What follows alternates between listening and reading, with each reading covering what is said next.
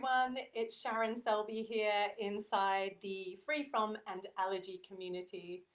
I'm a little early, that's what I always do. I always like to arrive early and oh, okay, I think we just started now. Hi everyone, my name is Sharon Selby and I'm so excited to chat to you at the Free From and Allergy community. I think this is such a wonderful space and I'm really honored to be invited and chat to you today. So as we have people joining live, great, we already have people live, that's so cool. Please say hi in the comments. It's always really nice to see who's joined and where you're joining from. So I'm in Sydney and I'm really excited to talk to you about gut health. Amy's here, I'm excited for this, awesome. So yeah, please say hi. I can't wait to hear about you. And actually, while I introduce today's topic and share a bit about my experience and my family's experience and how gut health has really helped us, please let me know in the comments what allergies and food intolerances you're dealing with. Hey, Paulina, I see a lot of beautiful people from my group over here. So yeah, let me know in the comments what food allergies and food intolerances you're dealing with and what conditions. For example, is it eczema, is it asthma, is it hay fever? These are typical allergy conditions, and there's a typical atopic march that people are experiencing more and more. So they start off with something like colic and reflux, then that leads to food intolerances and then allergies, and then eczema, and then hay fever, and it goes on and on and on. So Paulina's in Sydney, oh, so exciting. Amy says, my son is experiencing hives. Okay, you're in the right place. And Lauren's here. Hi, Lauren. Thank you for introducing me. I started straight away. Lauren said very clearly, wait 20 seconds before you start talking. And even though I do Facebook Lives all the time, I keep forgetting that. Kirsty's in Melbourne. Awesome. So please let me know as you join what you're dealing with, if it's yourself or your child, and whether it's food allergies, intolerances, or conditions like asthma, hay fever, things like that, eczema, or fatigue, or mental issues. Because as I've said in the comments, what the gut is nothing like Vegas, because what goes on in the gut affects everything. It doesn't stay in the gut. Kirsty's from Melbourne. Cool. Okay. So for those of you who don't know me, my name is Sharon and I'm the founder of Deliciously Allergy Free, which is a business that supports parents who have kids with food allergies and intolerances and want to really address the way their children are eating so that they can get healthier and all that kind of stuff. The name Deliciously Allergy Free comes from, because I like to prove that if you're on an allergy-friendly diet and you have to take certain foods out of the diet, my promise with my recipes and meal plans is that that food can still be really delicious and you don't have to feel deprived. And if you eat really well, you can actually become free from allergies. And that's what my real communication is about, is that there's a lot we can be doing at home to not only just manage and live with an elimination diet forever, but actually there's things we can be doing to boost our immune system so that we can be less reactive. So I hope that sounds good. So it's the business that I never expected to have. If someone told me 10 years ago, this is what I would be doing, I would think they were mad. But the universe works in mysterious ways, and this is what I've become really specialized at. And yeah, I love what I do because it's changing lives all over the world. So I'm not a doctor and I'm not a nutritionist or anything like that. Primarily, I'm a mum. And I came across, I came across this world of using food to heal because I healed myself through numerous health conditions, and I will be sharing what those are because I think a lot of that will resonate. But I became a qualified health coach, and really what my education is really about educating people at home, parents primarily, but anyone who's dealing with this stuff, that there is so much that we can be doing at home to really boost our health. We're at home 99% of the time rather than in a doctor's office, yet we put all of our power and all of our expectation on like a 30-minute consult when there's actually so much time and effort and things we can be doing at home to generate exciting results for ourselves and for our children. So I hope that sounds really exciting. So yes, let me know what you're dealing with, if you've got any health conditions that you're interested about and if you think gut health can help with. Okay, and as you do that, I'm going to share a bit about my experience, and it's quite personal, and I'll tell you why this wasn't an area I ever expected to go in, but it happened.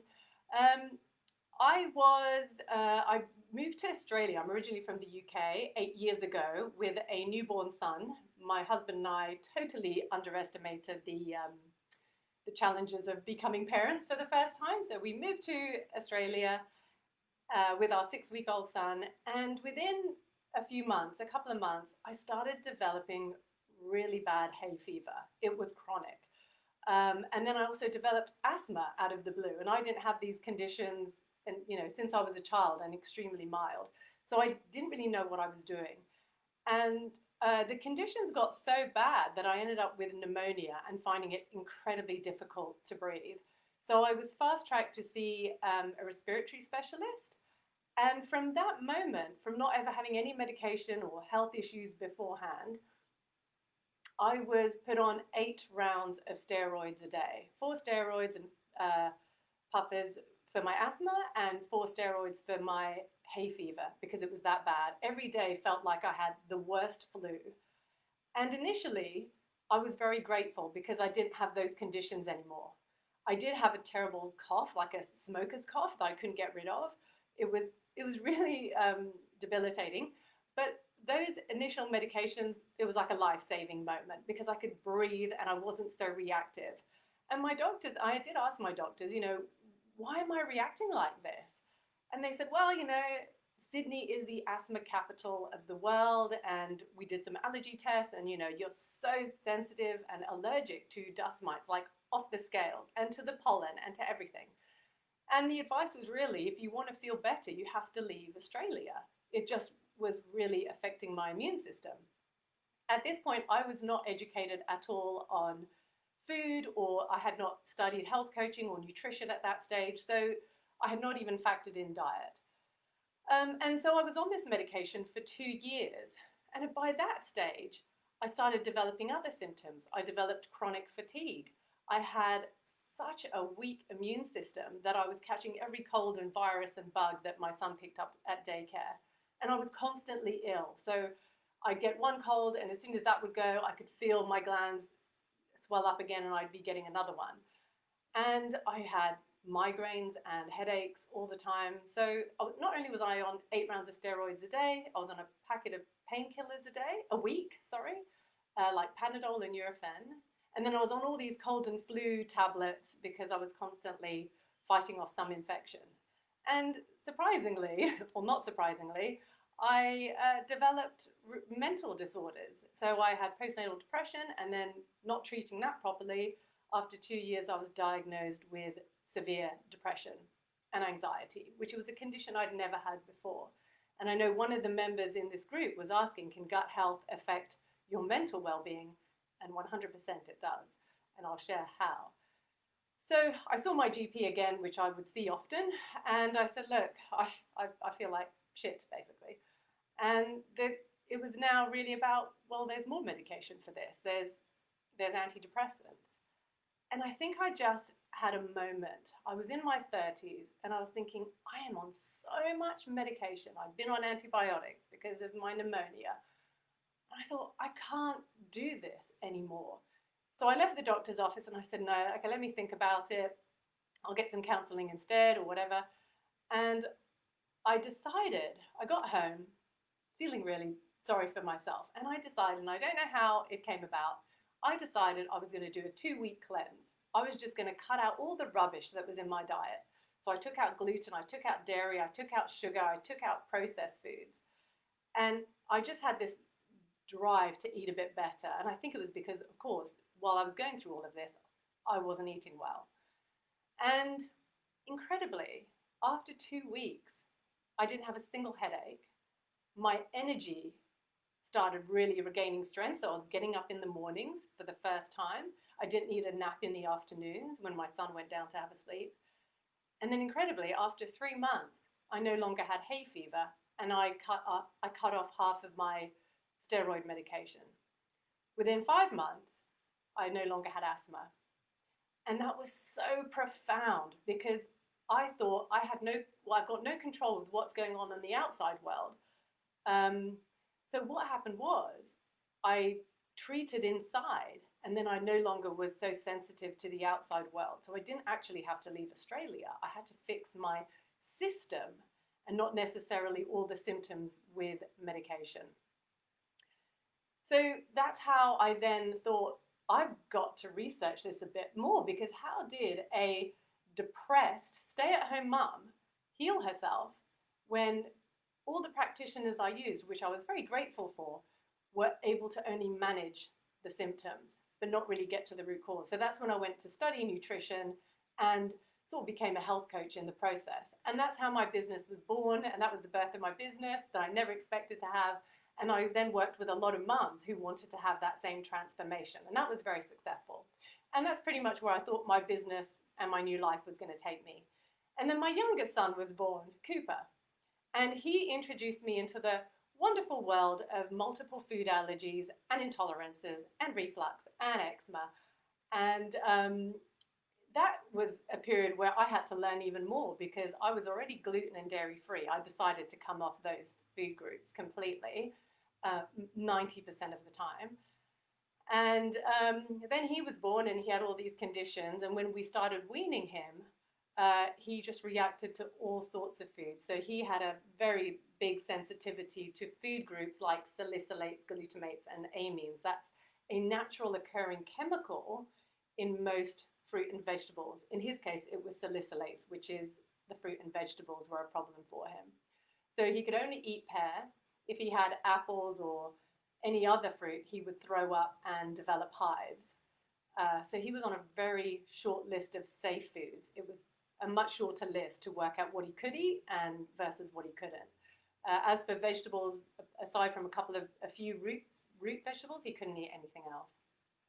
So that's when I brought in the knowledge from my studies and my own experience to really work on his gut health. And yeah, I realized I wanted to share something with you beforehand. So let me just finish this part of the story. And so that's what we did. He lived off slow-cooked casseroles with root vegetables in chicken bone broth and protein. And he pretty much had that for lunch and dinner. And I sort of wake up in the morning and look in the freezer, and I'd had this prepared food for him. And I kind of felt like an air hostess. You want chicken or beef today, Cooper? And that's what he'd eat. But it was those foods, and I'll explain about those foods in a little while, really strengthened his gut and his microbiome. And by 18 months old, he no longer had eczema, he no longer had reflux, and he was no longer intolerant to any foods, and he had no longer had any allergies. So egg was one of his allergies by 18 months old. While I was making a pavlova, I didn't realize he'd had a bit of the raw egg white, and he didn't react. And that's where we want to go. We want to heal our gut so much so that we are not having these eliminations and food restrictions for the rest of our lives, because that's not pleasant. That's not fun. So my education in what I do with my business and with my health coaching and with my courses and cooking classes and things like that is when we can really build our gut health, we can eventually, with the help of our doctors and doing it safely, reintroduce foods quicker than otherwise. And what I want to share also with my experience is that while we were treating all of my symptoms of the hay fever and the asthma and the migraines and the weak immune system, there's about 9, my point is I was actually dealing with food intolerances. So those were the symptoms of the food intolerances. So when I took out dairy and gluten, I took out those inflammatory triggers, I felt better. And so this is interesting. 9 out of 10 people have a food sensitivity. So it might be dairy, it might be coconut, it might be avocados, it might be soy, wheat, whatever. And the interesting thing is that 9 out of those 10 people don't realize that their symptoms are related to the foods that they are eating. So if you are feeling unwell, there's a very good chance that food is the trigger for that. Either a food that's causing a lot of inflammation or you're deprived of nutrients. So I thought I'd share that. So with Cooper, that's where I really learned about gut health. We really worked on his gut. And we addressed the root cause rather than managing his various symptoms. And I was able to deal with all of his symptoms without resorting to medication, which ideally we all want to do.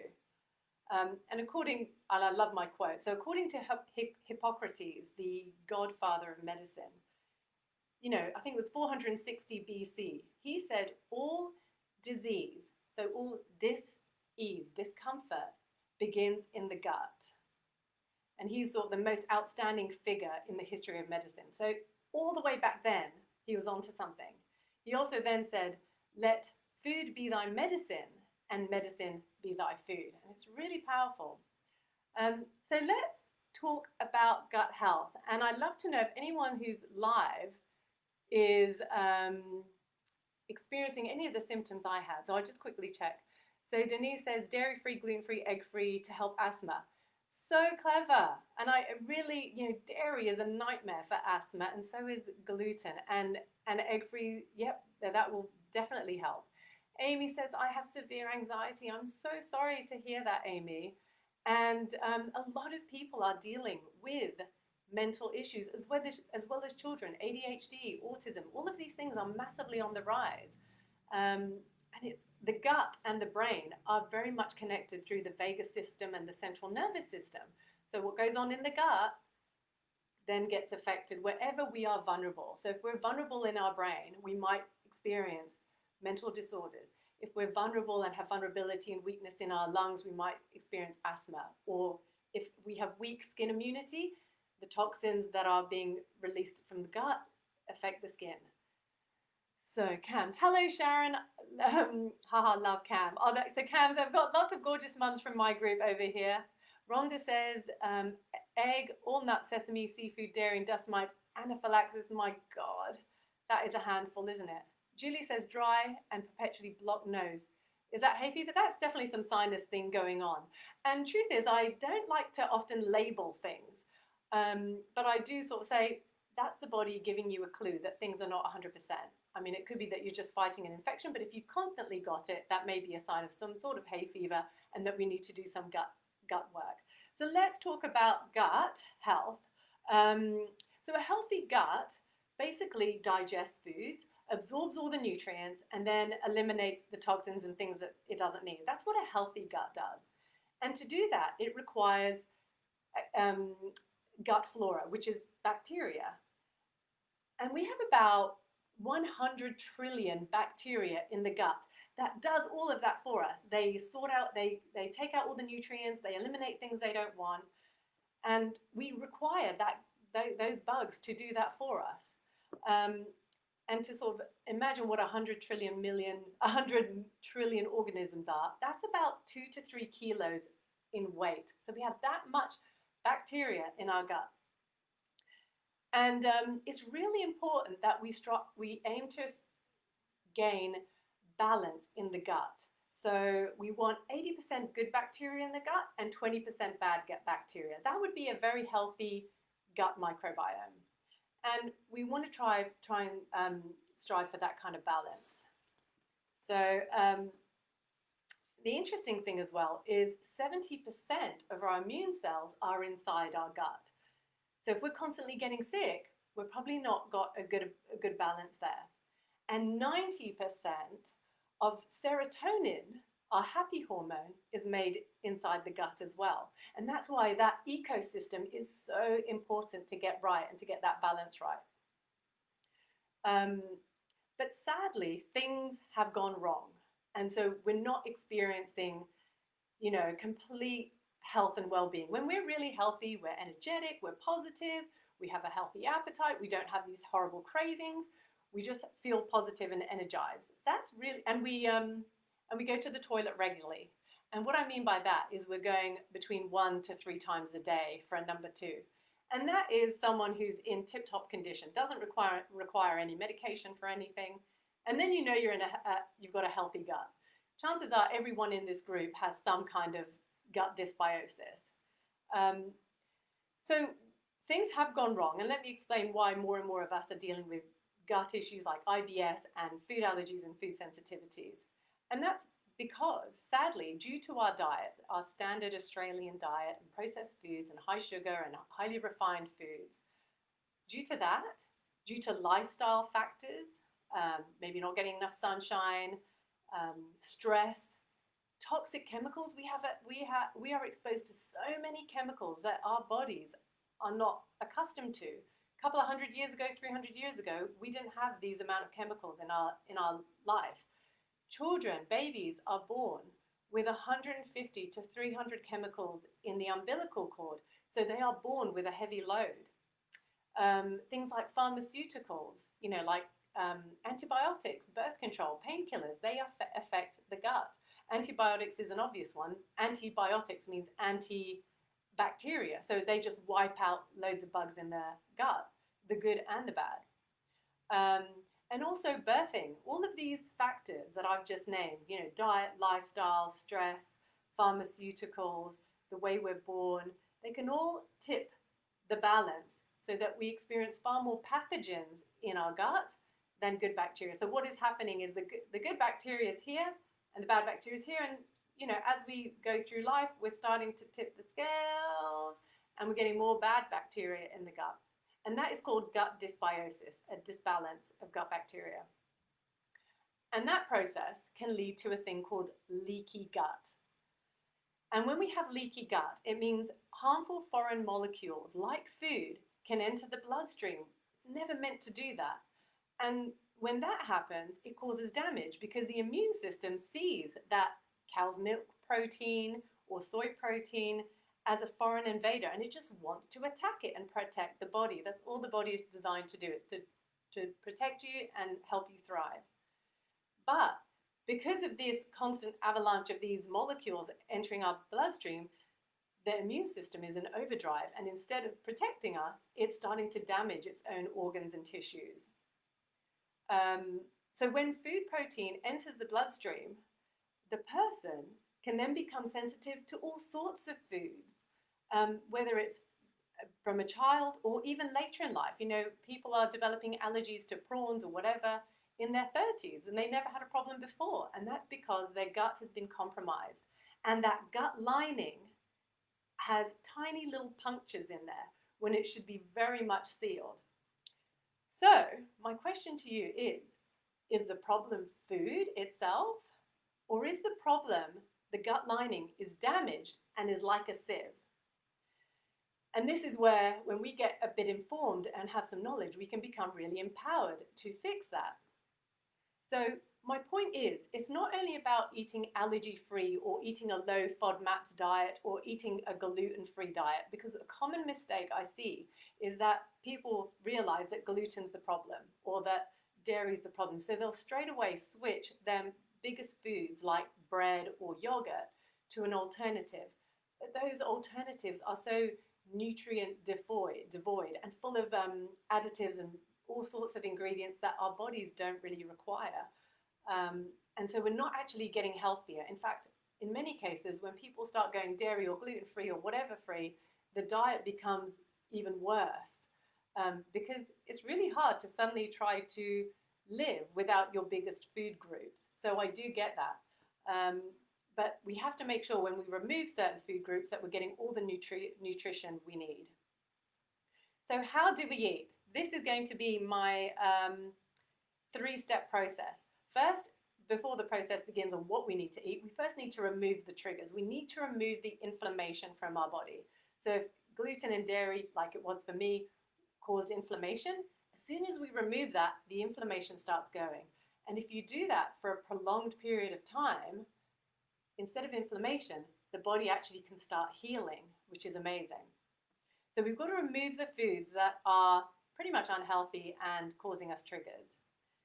And then we allow the food to do the magic. So Rhonda says, can I ask if there's a genetic predisposition for leaky gut? Yes, But it's not really genes. It's we inherit a lot of things from our previous generations. So if our previous generations had lots of antibiotics, lots of exposure to certain chemicals which can affect the gut, they get passed down. So you recall how I said how children are born with up to 300 chemicals in the umbilical cord. That's what you're inheriting, and that's what is affecting their gut. And then depending on what your birth is like, that can also affect the gut health. So various things. If you've had to have antibiotics while giving birth, for example, because of the strep B bacteria. So it would seem that you can inherit it, but you're not actually inheriting that. You're inheriting the burden that hasn't been cleansed from the bodies from previous generations. So I hope that helps a little bit. So I want to share 3 things that we can be doing to really help the gut lining and that beautiful ecosystem so it becomes our biggest ally in life. So the first one is we need to seal that gut lining. So we want to stop it from becoming a sieve and causing leaky gut. We want a really strong gut lining. And one of the best ways to do this is, bear with me, chicken bone broth. So you may have heard about chicken bone broth. Pete Evans is a big fan of broth. But broth and chicken soup, you know that phrase, chicken soup has been around to heal the sick. And you know, when you traditionally make chicken soup, it's actually made from broth. And broth is literally, it's so easy. You just get a big pot of water and you take leftover bones and you simmer the bones in water. And you do that for up to 12 to 24 hours. And when you do that, you start leaching all these incredible nutrients from the bones: calcium, phosphorus, trace minerals, proteins, and also gelatin. So you get gelatin, that kind of jelly-like stuff. And what that does, it starts sealing all those little punctures in the gut lining, and you start getting a really strong gut lining. And I will, Lauren said that she will promote the link later on. But in a couple of weeks' time, I'm going to do a free online cooking series called Gut Health for Kids. And I'll be doing free cooking demonstrations to show you how easy these gut healing foods are. But I'll quickly go through this because I realize I've been talking now for almost half an hour. So the first thing is to seal that gut lining. We really want to get that really good and solid. Then we want to seed the gut. So seed, S-E-E-D, is we want to start putting lots of good bacteria in the gut so that we can start shifting that balance and getting rid of all that bad bacteria. So we want to put more good bacteria in the gut. So how do we do that? You can do that with things like probiotics, but a very effective way is to have cultured foods and fermented foods in the diet. So you can make cultured yogurts from coconut cream. You can do ferments like kombucha and things like that. So that's why these drinks, these fermented drinks and these fermented foods like sauerkraut are getting a bit of a revival because people realize that they're actually very healthy and they repopulate the gut with good bacteria. So once we've got the good bacteria in there, we've sealed the gut lining, we've got the good bacteria in the gut, we then want to feed the good bacteria. So we can feed either the bad bacteria or the good bacteria. So every time we have a sugar binge or a fried foods or highly refined processed foods, that's an all-you-can-eat buffet for the bad bacteria, the pathogens, the parasites, the viruses. They love that stuff. And it doesn't feed the good bacteria. So the good bacteria, what they love a thing called prebiotics, and that's fruit, vegetables, whole grains, a bit of protein, some healthy fats like avocados and things like that. And that is your immune system. So you're starting to armor the immune system with some, great equipment to fight off infection and things like that, and to really build that ecosystem. So those are the 3 things. We want to eat in a way that seals the gut, seeds the gut with good bacteria, and then feeds the good bacteria while we starve out the bad bacteria. And when we do that, we see phenomenal results. For me, it was overcoming hay fever, asthma, depression. For my son, it was overcoming eczema. And you might see in the group, for something visual, Lauren posted my husband's before and after photos of his full body eczema and psoriasis, and how we really used diet to cleanse him of the horrible toxins and pathogens and starve them out, and really, really boosted nutrition to get his skin looking amazing. And you'll see a before and after photo. It took him 5 years to listen to me, but when he did, we reversed that whole situation in 1 month. And that's the exciting thing. The body is designed to heal and to thrive. We don't just have to wait for our next allergy challenge or our next skin prick testing. There is so much that can be done at home to get us really exciting results when we go and see the doctors. Julie says, any vegetarian options for sealing the gut? Oh, plenty. There's lots of wonderful foods that you can use for that. So sealing the gut, even vegetable broth. So forget the chicken bones. You can make beautiful vegetable broth with just water and veggie scraps, and just simmer that for about 6 hours. And there's things like chia seeds and linseeds. Chia seeds are brilliant for gut health. They have like a jelly-like texture to it, and that also seals the gut lining. There are plenty of things. There's beautiful superfoods as well that you can use. But what's also going to really help seal the gut is also the way you eat, because if you eat a lot of fruit and vegetables and foods that nourish the gut, that will also naturally help seal the gut lining. So the three of them work like that. They just tick each other over, and it's a nice snowball effect to great health. So yes, I do have this challenge coming up in a couple of weeks that you're more than welcome to join. I'm sure Lauren will post it nearer the time about how you can make these amazing foods to really nourish the gut. And before I go, maybe I've got 5 minutes, I just want to share a study that really is starting to showcase how powerful gut health is. So hopefully, Lauren, that's okay. But we all know that peanut allergies is one of the worst allergies out there in terms of anaphylaxis and fatalities. And we also know that peanut allergies are incredibly difficult to reverse, unlike other allergies. But over at the Murdoch Children's Research Institute here in Australia, a study was conducted by a professor called Mimi Tang, and this is really exciting. It was a small study, but they're working on the basis of this to really develop some nice treatments. But they had 60 children that all had a peanut allergy. And so half of that group were given a small peanut protein called immunotherapy, plus a probiotic that has been discovered as being very deficient in for people who have food allergies and food intolerances. So they put a probiotic together with a small amount of peanut protein and gave that to half the study group of kids. So 30 children had that. And they did that over 18 months. The other half had a placebo. So they just carried on normally. So after 18 months, they went and did a peanut allergy challenge. And they found out that after 5 weeks of completing the challenge, 18 months later, they retested the kids. And incredibly, 80% who received the probiotic and peanut immunotherapy could tolerate peanut, compared to less than 4% that had the placebo. So by adding a couple of things, adding that probiotic, that really good that probiotic really helped them overcome their food allergies. So those results said that it's 20 times higher recovery rate than a natural rate of resolution for a peanut allergy. And this is the thing. What I want to share with you is that when we are diagnosed with food allergy or a food intolerance, this is one of the few conditions that kids especially and adults can outgrow without actually having to do anything.